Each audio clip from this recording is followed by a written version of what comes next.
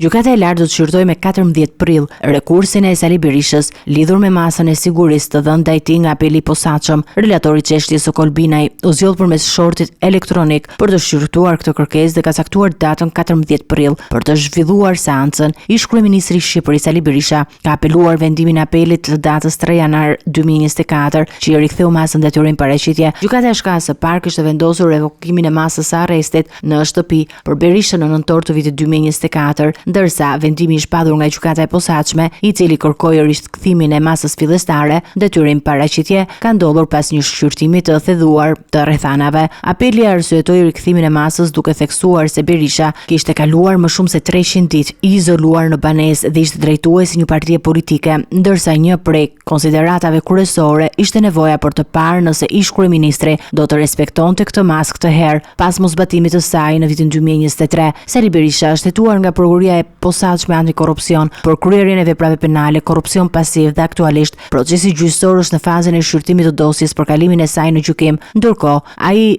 është i detyruar të paraqitet para oficerëve të PKH-s çdo të hënë dhe të tretën të çdo muaji. Seanca e parashikuar për shqyrtimin e çështjes është caktuar me 4 prill, duke e bërë më të qartë se vendimi i gjykatës së lartë për rekursin e tij mund të ketë një ndikim të drejtë për drejtë në zhvillimin e mëtejshëm të procedurave ligjore për të.